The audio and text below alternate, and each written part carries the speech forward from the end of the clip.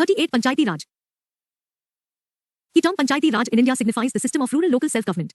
It has been established in all the states of India by the acts of the state legislatures to build democracy at the grassroots level 1. It is entrusted with rural development. It was constitutionalized through the 73rd Constitutional Amendment Act of 1992. Evolution of Panchayati Raj.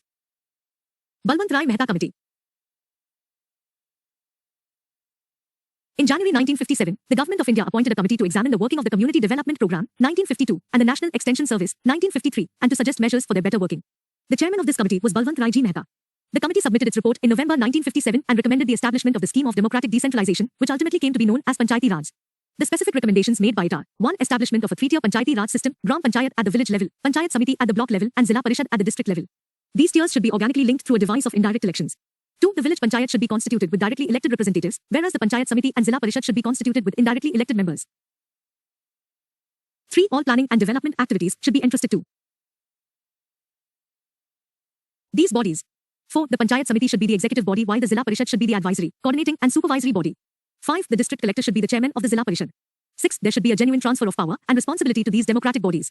7. Adequate resources should be transferred to these bodies to enable them to discharge their functions and fulfill their responsibilities. 8. A system should be evolved to effect further devolution of authority in future. These recommendations of the committee were accepted by the National Development Council in January 1958. The council did not insist on a single rigid pattern and left it to the states to evolve their own patterns suitable to local conditions. But the basic principles and broad fundamentals should be identical throughout the country. Rajasthan was the first state to establish Panchayati Raj. The scheme was inaugurated by the Prime Minister on 2 October 1959 in Nagaur district. Rajasthan was followed by Andhra Pradesh, which also adopted the system in 1959. Thereafter, most of the states adopted the system. Though most of the states created Panchayati Raj institutions by mid-1960s, as there were differences from one state to another with regard to the number of tiers, relative position of Samiti and Parishad, their tenure, composition, functions, finances, and so on. For example, Rajasthan adopted the 3-tier system while Tamil Nadu adopted the 2-tier system. West Bengal, on the other hand, adopted the 4-tier system. Further, in the Rajasthan-Andhra Pradesh pattern, Panchayat Samiti was powerful as the block was a unit of planning and development, while in Maharashtra-Gujarat pattern, Zilla Parishad was powerful as the district was a unit of planning and development. Some states also established Nyaya Panchayats, that is, judicial panchayats to try petty civil and criminal cases. Study teams and committees. Since 1960, many study teams, committees and working groups have been appointed to examine the various aspects of functioning of Panchayati Raj system. They are mentioned below in Table 38.1. Table 38.1 Study teams and committees on Panchayati Raj.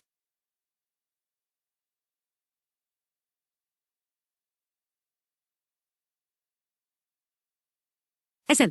No. Your name of the study team committee chairman. 1. 1960 Committee on Rationalization of Panchayat Statistics B.R. Rao. 2. 1961 Working Group on Panchayats and Cooperatives S.D. Mishra.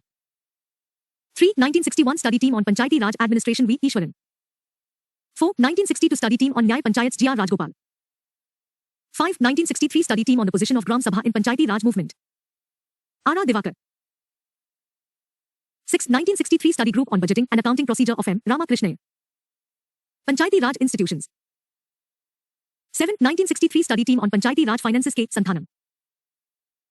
8. 1965 Committee on Panchayati Raj Elections K. Santhanam.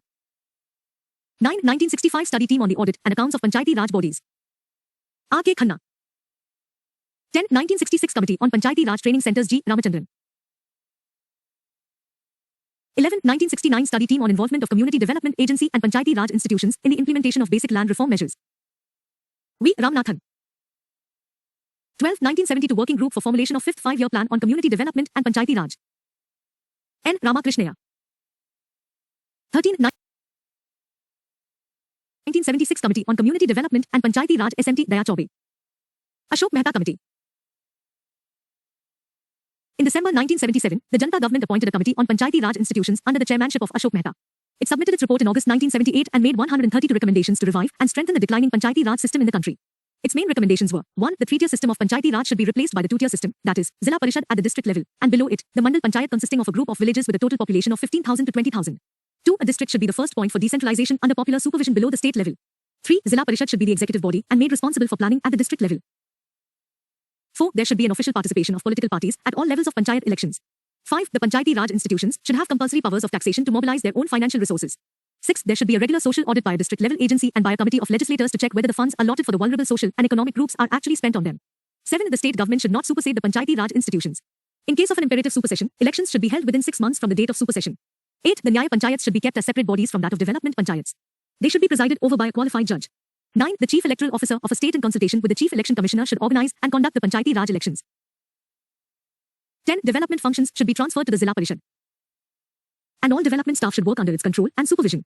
11. The voluntary agencies should play an important role in mobilizing the support of the people for Panchayati Raj. 12. A minister for Panchayati Raj should be appointed in the State Council of Ministers to look after the affairs of the Panchayati Raj institutions. 13. Seats for SCs and STs should be reserved on the basis of their population. 14. A constitutional recognition should be accorded to the Panchayati Raj institutions. This would give them the requisite status, sanctity and stature, and an assurance of continuous functioning. Due to the collapse of the Janata government before the completion of its term, no action could be taken on the recommendations of the Ashok Mehta Committee at the central level. However, the three states of Karnataka, West Bengal and Andhra Pradesh took steps to revitalize the Panchayati Raj, keeping in view some of the recommendations of the Ashok Mehta Committee. GVK Rao Committee. The committee to review the existing administrative arrangements for rural development and poverty alleviation programs under the chairmanship of GVK Rao was appointed by the Planning Commission in 1985. The committee came to conclusion that the developmental process was gradually bureaucratized and divorced from the Panchayati Raj.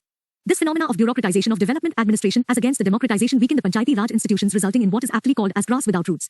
Hence, the committee made the following recommendations to strengthen and revitalize the Panchayati Raj system. The district level body, that is, the Zilla Parishad, should be of pivotal importance in the scheme of democratic decentralization.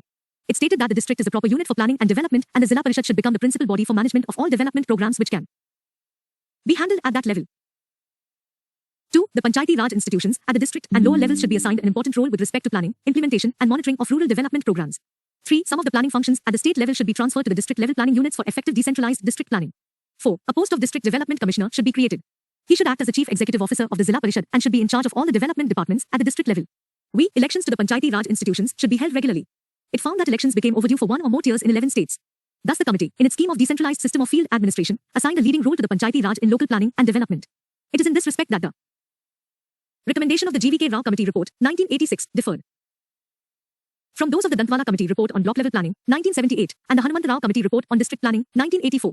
Both the committees have suggested that the basic decentralized planning function should be done at the district level. The Hanumant Rao Committee advocated separate district planning bodies under either the district collector or a minister. In both the models, the collector should play a significant role in the decentralized planning, though the committee stated that Panchayati Raj institutions would also be associated with this process of decentralized planning. The committee recommended that the collector should be the coordinator at the district level of all developmental and planning activities. Thus the Hanumant Rao Committee differed in this respect from those of Balwant Mehta Committee, the Administrative Reforms Commission of India, the Ashok Mehta Committee, and finally the GVK Rao Committee, which recommended reduction in the developmental role of the district collector and which assigned a major role to the Panchayati Raj in development administration. L.M. Singhvi Committee.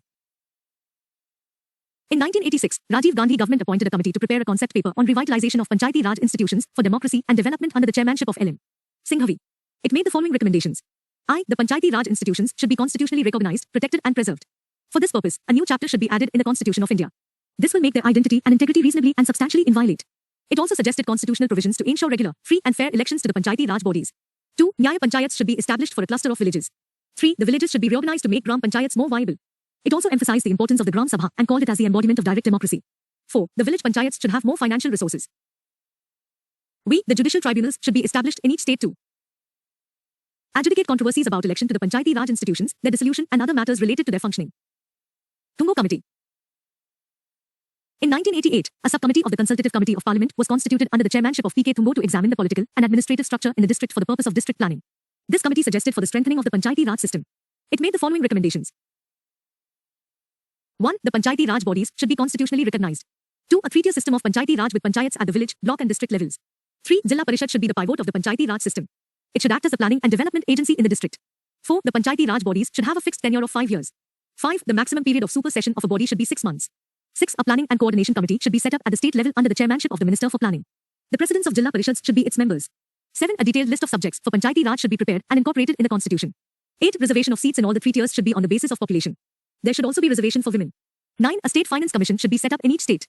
It would lay down the criteria and guidelines for the devolution of finances to the Panchayati Raj institutions. 10. The district collector should be the chief executive officer of the Zilla Parishad. Gargil Committee. The Committee on Policy and Programs was constituted in 1988 by the Congress Party under the chairmanship of V.N. Gargil. This committee was asked to consider the question of how best Panchayati Raj institutions could be made effective. In this context, the committee made the following recommendations. 1. A constitutional status should be bestowed on the Panchayati Raj institutions. 2. A three-tier system of Panchayati Raj with panchayats at the village, block and district levels. 3. The term of Panchayati Raj institutions should be fixed at 5 years. 4. The members of the panchayats at all the 3 levels should be directly elected. 5. Reservation for SCs, STs and women. 6. The Panchayati Raj bodies should have the responsibility of preparation and implementation of plans for socio-economic development. For this purpose, a list of subjects should be specified in the constitution. 7. The Panchayat Raj bodies should be empowered to levy, collect and appropriate taxes and duties. 8. Establishment of a state finance commission for the allocation of finances to the panchayats. 9. Establishment of a state election commission for the conduction of elections to the panchayats. The above recommendations of the Gargil committee became the basis for drafting an amendment bill aimed at conferring the constitutional status and protection to the Panchayati Raj institutions.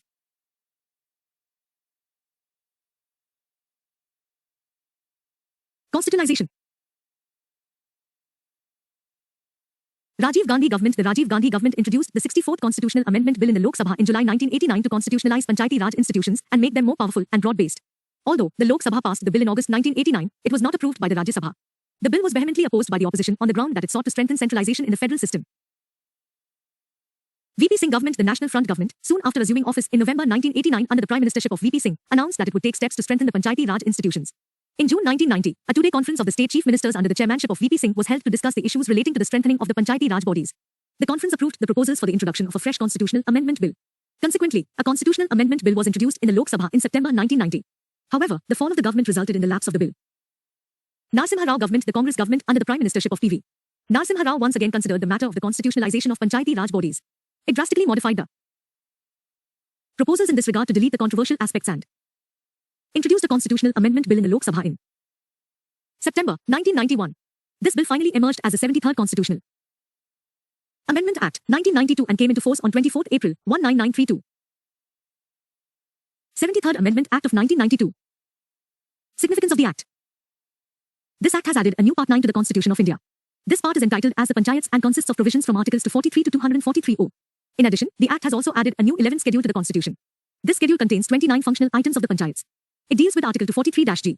The Act has given a practical shape to Article 40 of the Constitution, which says that the state shall take steps to organize village panchayats and endow them with such powers and authority as may be necessary to enable them to function as units of self-government. This article forms a part of the directive principles of state policy. The Act gives a constitutional status to the Panchayati Raj institutions. It has brought them under the purview of the justiciable part of the Constitution. In other words, the state governments are under constitutional obligation to adopt the new Panchayati Raj system in accordance with the provisions of the Act. Consequently, neither the formation of panchayats nor the holding of elections at regular intervals depend on the will of the state government anymore. The provisions of the Act can be grouped into two categories, compulsory and voluntary. The compulsory, mandatory or obligatory provisions of the Act have to be included in the state laws creating the new Panchayati Raj system. The voluntary provisions, on the other hand, may be included at the discretion of the states. Thus, the voluntary provisions of the Act ensures the right of the states to take local factors like geographical, politico-administrative, and others into consideration while adopting the new Panchayati Raj system. The Act is a significant landmark in the evolution of grassroots democratic institutions in the country. It transfers the representative democracy into participatory democracy. It is a revolutionary concept to build democracy at the grassroots level in the country. Salient features. The salient features of the Act are: Gram Sabha. The Act provides for a Gram Sabha as the foundation of the Panchayati Raj system. It is a body consisting of persons registered in the electoral rolls of a village comprised within the area of Panchayat at the village level. Thus, it is a village assembly consisting of all the registered voters in the area of a Panchayat. It may exercise such powers and perform such functions at the village level as the legislature of a state determines. Three-tier system. The Act provides for a three-tier system of Panchayati Raj in every state, that is, Panchayats at the village, intermediate, and district levels 3. Thus, the Act brings about uniformity in the structure of Panchayati Raj throughout the country. However, a state having a population not exceeding 20 lakh may not constitute Panchayats at the intermediate level. Election of members and chairpersons. All the members of Panchayats at the village, intermediate, and district levels shall be elected directly by the people. Further, the chairperson of Panchayats at the intermediate and district levels shall be elected indirectly by and from amongst the elected members thereof. However, the chairperson of a Panchayat at the village level shall be elected in such manner as the state legislature determines. The chairperson of a Panchayat and other members of a Panchayat elected directly or indirectly shall have the right to vote in the meetings of the Panchayats. Reservation of seats. The Act provides for the reservation of seats for scheduled castes and scheduled tribes in every Panchayat, i.e. at all the three levels, in proportion of their population to the total population in the Panchayat area. Further, the state legislature shall provide for the reservation of offices of chairperson in the Panchayat at the village or any other level for the SCs and STs. The Act provides for the reservation of not less than one-third of the total number of seats for women, including the number of seats reserved for women belonging to the SCs and STs. Further, not less than one-third of the total number of offices of chairpersons in the Panchayats at each level shall be reserved for women. The Act also authorizes the legislature of a state to make any provision for reservation of seats in any Panchayat or offices of chairperson in the Panchayat at any level in favor of backward classes. The reservation of seats as well as the reservation of offices of chairpersons in the Panchayats for the scheduled castes and scheduled tribes shall cease to have effect after the expiration of the period specified in Article 334, which is presently 70 years, that is, till 2020. It must be noted here that the above provision relating to the reservation of seats in Panchayats, both members and chairpersons, for the scheduled castes is not applicable to the state of Arunachal Pradesh. This is because the state is inhabited fully by indigenous tribal people and there are no scheduled castes. This provision was added later by the 83rd Constitutional Amendment Act of 2000. Duration of Panchayat. The Act provides for a 5-year term of office to the Panchayat at every level. However, it can be dissolved before the completion of its term. Further, fresh elections to constitute a Panchayat shall be completed, a. before the expiry of its duration of 5 years, or b. in case of dissolution, before the expiry of a period of 6 months from the date of its dissolution. But, where the remainder of the period, for which the dissolved Panchayat would have continued, is less than 6 months, it shall not be necessary to hold any election for constituting the new Panchayat for such period. Moreover, a Panchayat constituted upon the dissolution of a Panchayat before the expiration of its duration shall continue only for the remainder of the period for which the dissolved Panchayat would have continued had it not been so dissolved. In other words, a panchayat reconstituted after premature dissolution does not enjoy the full period of 5 years but remains in office only for the remainder of the period.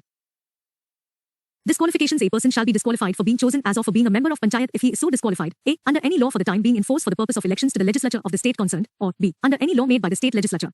However, no person shall be disqualified on the ground that he is less than 25 years of age if he has attained the age of 21 years. Further, all questions of disqualifications shall be referred to such authority as the state legislature determines. State Election Commission: the superintendence, direction and control of the preparation of electoral rolls and the conduct of all elections to the panchayats shall be vested in the State Election Commission. It consists of a state election commissioner to be appointed by the governor. His conditions of service and tenure of office shall also be determined by the governor. He shall not be removed from the office except in the manner and on the grounds prescribed for the removal of a judge of the State High Court 4.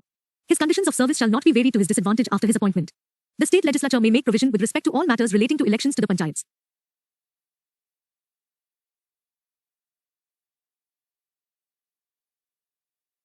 Powers and functions: the state legislature may endow the panchayats with such powers and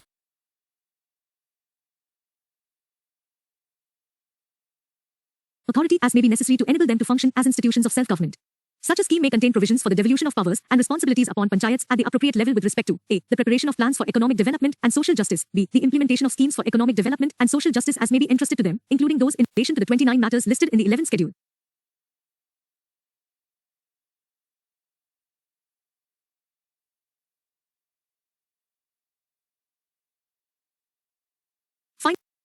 Finances: the state legislature may a. authorize a panchayat to levy, collect and appropriate taxes, duties, tolls and fees, b. assign to a panchayat taxes, duties, tolls and fees levied and collected by the state government, c. provide for making grants in aid to the panchayats from the consolidated fund of the state, and d. provide for constitution of funds for crediting all monies of the panchayats.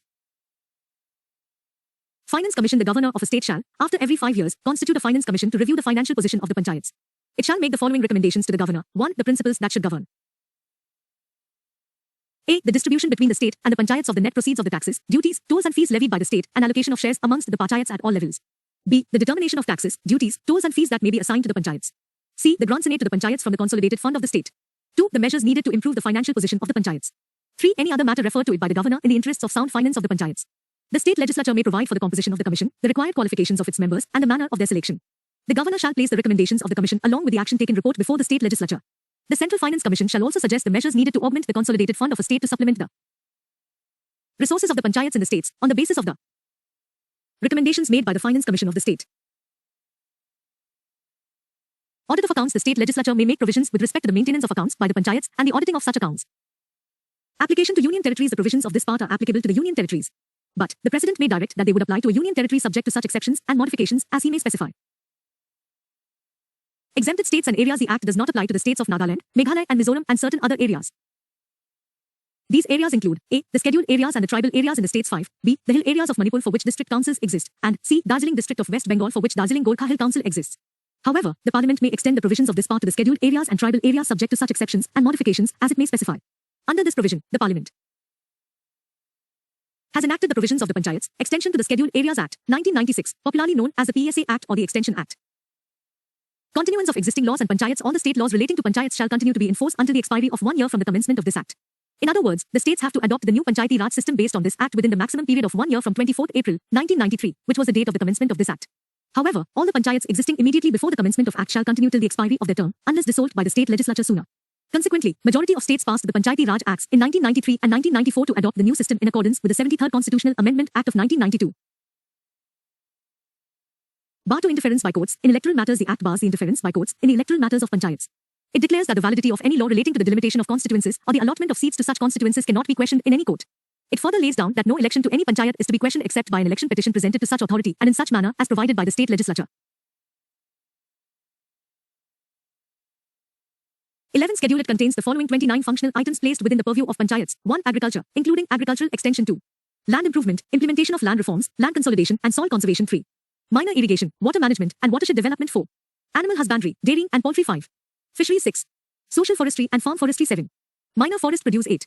Small-scale industries, including food processing industries. 9. Khadi, village and cottage industries. 10. Rural housing. 11. Drinking water. 12. Fuel and fodder. 13. Roads, culverts, bridges, ferries, waterways and other means of communication. 14. Rural electrification, including distribution of electricity. 15. Non-conventional energy sources. 16. Poverty alleviation program. 17. Education, including primary and secondary schools. 18. Technical training and vocational education. 19. Adult and non-formal education 20. Libraries 21. Cultural activities 22. Markets and fairs 23. Health and sanitation including hospitals, primary health centers and dispensaries 24. Family welfare 25. Women and child development 26. Social welfare, including welfare of the handicapped and mentally retarded 27. Welfare of the weaker sections, and in particular, of the scheduled castes and the scheduled tribes 28. Public distribution system 29. Maintenance of community assets,